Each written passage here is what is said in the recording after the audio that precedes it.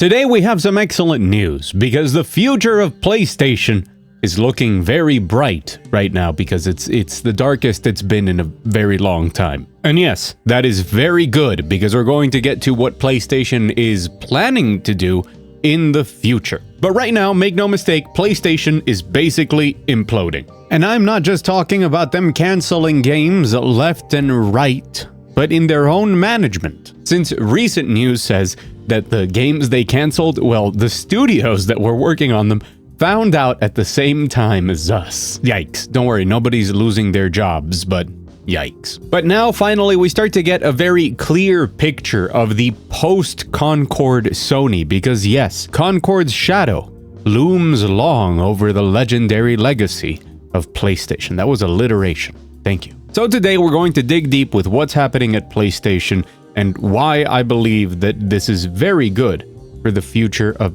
games in general, but especially if you're a PlayStation fan. By the way, hi, I'm Mug, and if you're new here, welcome, and if you're not new here, welcome back. How's it going? Remember to hit the like button if this video is informative, interesting perspective, yada yada yada, YouTube stuff. Let's get into it. So before we even begin, I have to repeat what I think might be the news article or the piece of news that I have requoted the most in the lifetime of this channel, which is Sony intended to produce 12 live service games. And then, in 2023, we got reports that they cut that down to only 6 to not dilute the quality. But they wanted all of them to be these huge live service games. And now we finally have a very specific list of what those games were, and basically all of them are canceled. So the only one that we don't know if it's from the 6 that remained or from the original 12 is definitely Twisted Metal, was a game that existed, reports say. But after that we have Helldivers 2, huge success for the company.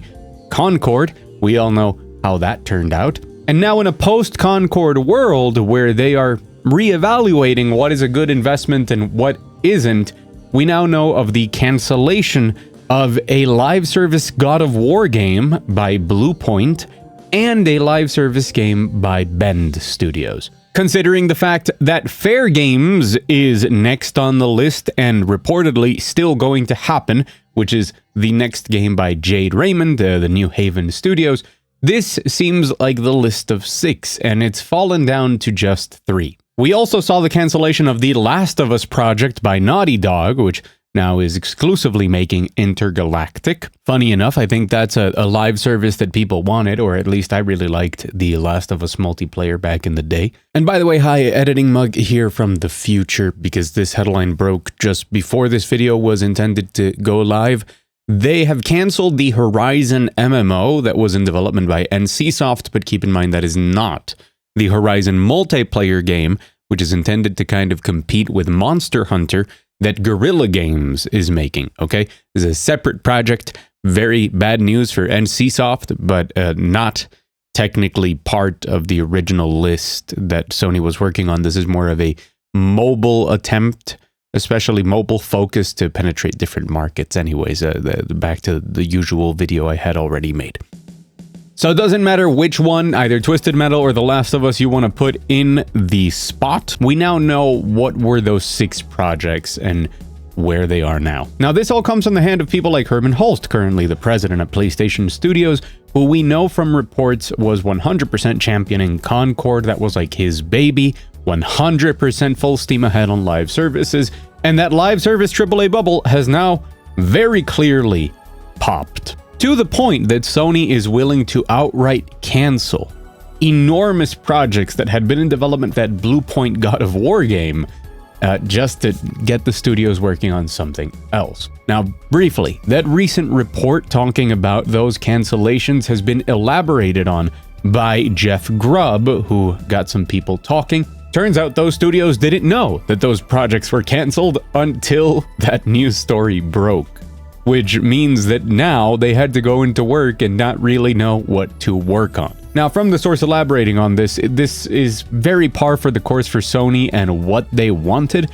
The description of the relationship seems very simple. All of these studios have access to pitch Sony on different games. And at the time that they were pitching these specific games, The only thing that PlayStation wanted were live services. Again, we refer back to that idea that they had 12 live services in production and they thought that was a good idea. So what did these studios do? Well, they want to still have a job and have a project to work on, and if you want your pitch to be 100% approved, you wanted to make it a live service. And in the case of something like Bluepoint's game, if they could attach a valuable IP to it like God of War, even better. The situation now is that if they don't have a project, while their jobs are completely safe, they now have to pitch something new that Sony says yes to. But of course, Sony now does not want live services. So it doesn't matter what they pitch, it's going to be something different.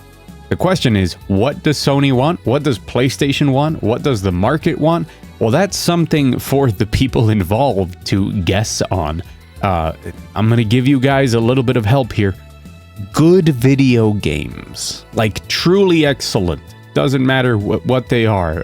Preferably, if there's something that can be enjoyed for many, many years without the need of being connected to a server, I think that'd go pretty far with garnering some goodwill for Sony after Concord, just say. But beyond this, what this indicates to a much larger degree is that we are seeing, starting now, technically, with these announcements, the shift of the video game industry back into a different type of production cycle.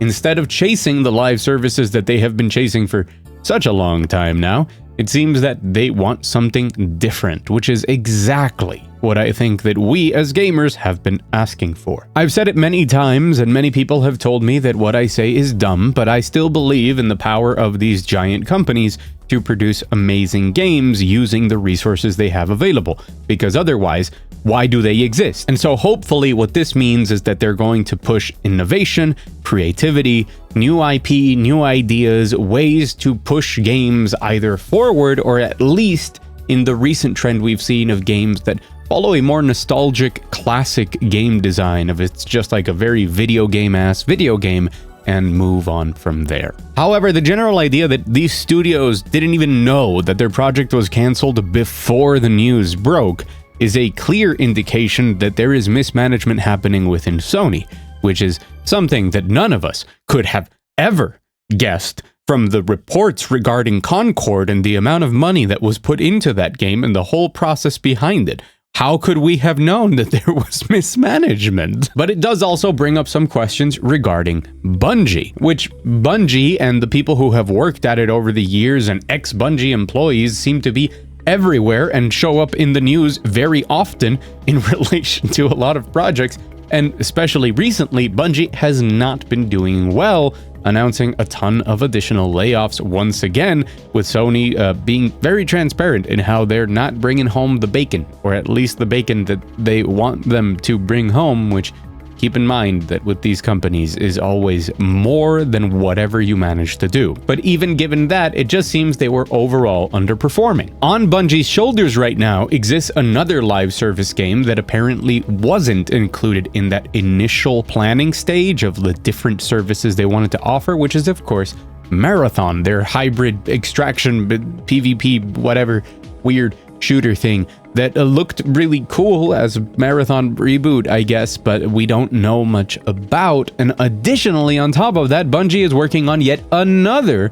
live service game codenamed Gummy Bears, which seems to fuse MOBA elements into a platform fighter, which for those of you who don't know is that's Smash Brothers, into a Smash Brothers fighter, which, hey, I will always take more Smash Brothers, but yet another live service. I guess that one, they still accept it, I suppose. And I would say that the most interesting part of the entire fiasco is the idea that Bluepoint was not working on their own original game, similarly to Sony Bend, which their latest game was Days Gone, a game that a lot of people really like, despite its more lukewarm critical reception and sales reception. However, one of my all-time favorite studios, who remembers Siphon Filter? Great games. Siphon Filter felt like so cinematic for its time. It's kind of weird in a way that I feel like Uncharted is an evolution of Siphon Filter in a sense, where Bend didn't continue that. Tangent, sorry, back on track. And Bluepoint, which made a name for itself by remastering and remaking different games for Sony, most recently the Demon's Souls remake for the launch of the PlayStation 5, still one of the few true exclusives the console has, many people were very excited at the idea that Bluepoint had finally earned the right to do their own thing, to make their own IP, to make an original game at the very minimum, just something that wasn't remaking or remastering something old. And it turns out that they had, but it was a live service God of War game. All of this is very clearly because there is mismanagement from the top, because what they wanted, what they were betting on, didn't align with what consumers, with what us, actually wanted, and they're realizing it very late. The problem with this is that even though everybody's going to keep their jobs and now be pushed to make something truly groundbreaking, and hopefully they find it and we can enjoy it, as per usual, the blame is always going to somehow be shifted onto the consumer. Amidst all of this news surrounding Sony, Shuei Yoshida, which used to be the president of PlayStation and is currently the head of Independent Development Initiative, said on the Kinda Funny Games cast, and from then spiraled into a million different websites quoting it, not only that he was wrong about PlayStation VR 2, which is a very nice little clickbait title, but more importantly, that revenue needs to keep flowing remakes and remasters because that money is what feeds the games that they want. Now, I will be fair, I am twisting the words here a little bit, but in this world of kind of corporate speak, everything should be a little twisted and you can never really trust what they're saying. What Shu has said more specifically is that because everything is so incredibly expensive, the reason that Sony has been focusing so much on remasters and remakes is because it allows people to play those older games now, meaning that the sequels that they intend to release will be more successful because more people are familiar with the franchise, or it's been more present. And this is especially true when moving to PC ports, where a lot of people have not had access to a lot of Sony's IP. But more importantly, he says that making these games is obviously much cheaper than a big new sequel or a big new project, with just how expensive video games are at the moment. And so the very nice margin between production cost and selling them for $50 or $60 and making all of that money then goes back into the development of those big sequels. Now, does this explain why Sony wants to force everybody on the PC market to make a PlayStation Network account? Why that is a clear indication that they would potentially, eventually, want to launch their own launcher on PC and stuff like that? No, it does not speak to any of that. Does it explain why they can't invest in smaller projects that don't have those tremendous upfront costs and ridiculous overhead? No, it does not. And to me, it just feels a little unfair to say that it's okay for Sony to pursue these revenue streams to support failures. And look, it's a nuanced thing. Obviously, they need to make money, and we would be saying a very different story if they hadn't invested who knows how much into those initial 12 live service projects that we now see crumble. Maybe we would be celebrating and everybody would be saying, oh, thank the Lord that we bought the 17 different remasters on PS5, because look at all these amazing games we got. But we didn't, because they bet on the wrong horse. PlayStation has essentially spent the last 5 years when it comes to deciding their new projects, walking into a casino and betting everything on blue. The wake-up call that is Concord, that they have now canceled their own projects, and that probably every other major publisher, every other developer in the space, especially in the AAA space, is now looking at that and saying, maybe our live service isn't good enough, maybe this isn't going to have the returns we expect from it, we should cancel it and do something else, is some of the best news that we could get in games, at least in my opinion. Live services, as I've said many times, are not necessarily bad. We have obvious recent examples like Marvel Rivals and its tremendous success, that people still crave that sort of experience, and that there is a place for it and for their success. But very often that sort of lightning in a bottle, that sort of extreme quality that you need to really stand out, along with all of the different decisions that need to be made to push your game to the top of the pile,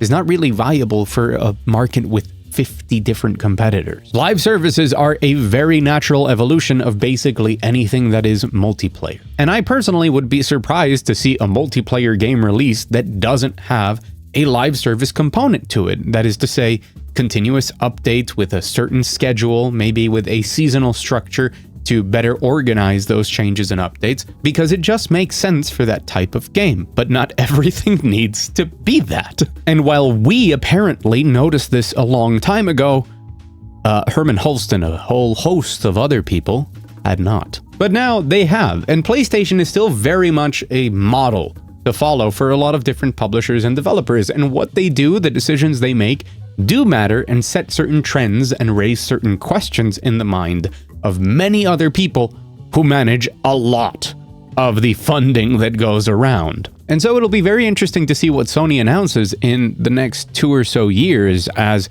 these studios, and probably others that we haven't heard about yet, start working on new games as the orders from the top become, hey, can you pitch us something that isn't a live service and that's kind of like new and fresh or following some other trend? Oh no. Can you guys imagine if Sony starts announcing crafting survival game after crafting survival game followed by cozy farming sims?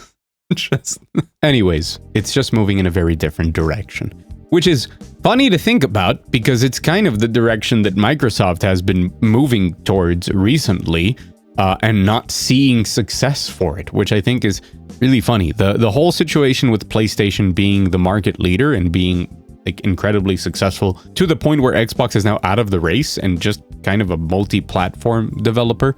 Everything is an Xbox. Play Indiana Jones on your phone. Pretty good game. I've only played 3 hours. I really want to sink more time into Indiana Jones and give it a proper review eventually, but I really like machine games, and it is just a good old-fashioned single-player experience that's really well made, and we seem to be getting a lot more of those from Xbox in the coming years. They have their whole other host of horrible problems over there at Xbox, make no mistake, but it's hard to argue that they did shift. They transitioned into a different philosophy of what games they wanted to produce a little bit quicker, because Redfall was not the live service wake-up call for Xbox. Redfall was like a remnant that still kept trucking along and then failed. But regardless of their final quality down the line, games like Avowed and Doom Year Zero, which is now the Dark Ages, and the upcoming Fable and Perfect Dark, and Gears of War and South of Midnight,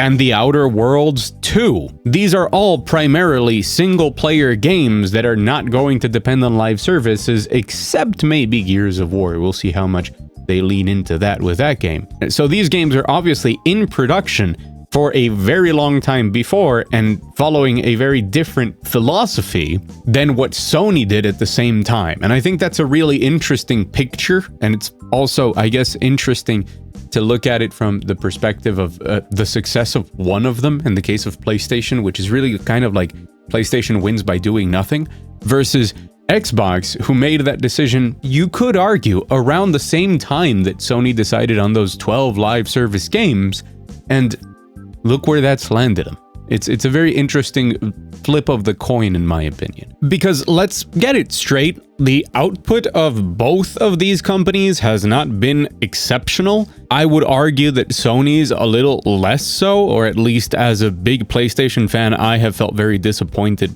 by it. But the problem arises now because at the moment, Xbox invested earlier in a different type of game, and now Sony has to cancel all of their live service projects, and as far as we know, they don't really have anything to fill in those slots. So instead, they are starting their production now, which means that in some years, over the course of the next 4 or 5, we should see 10, 11, 12, like that original listing, 12 new games that are primarily single player and a mixture of reviving old IPs and new IPs and new studios taking on old stuff and just a whole mishmash of games that hopefully are good instead of simply chasing trends. This is of course excellent news because I really like video games, but that's the news, and it's pretty good. It's interesting and weird and really shows a lot of the stuff going on, and I hope that this video didn't go on too long. My notes and my partial script that I had written for this was really long. I hope it didn't end up too long with the ad-libs and the final read, as well as the tangents. That Switch 2, huh? That's coming, huh?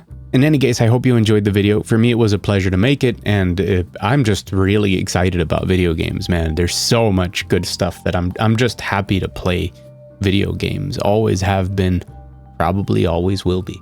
Just in a good mood. Whenever I feel like I'm slightly in a bad mood, when I have like a bad day at the office or something, I just remember like, Monster Hunter Wilds. That's enough for me. I guess I'm a simple human, but that's honestly enough for me. But honestly, thank you so much for watching. Thank you so much for hitting the like button, because you made it to the end of the video. Come on, you have to. And if you want more from me, including a ton of stuff that's coming up, a lot of smaller games, I'm covering a lot of more smaller indie games and trying to put out like more videos, hopefully help people find cool stuff to play. Would make me super happy. But you know how it works. News, reviews, retrospectives, and apparently Marvel Rivals guides is a thing as well now. So subscribe for that. A special thanks to the patrons who support me up on the $1 patron wall. It's called that way because there's only one tier, $1, but I appreciate their support more than they could ever know. It really means so much. More info on that in the description below. Thank you so much. As always, go out there, enjoy some great video games, and I will see you again very soon.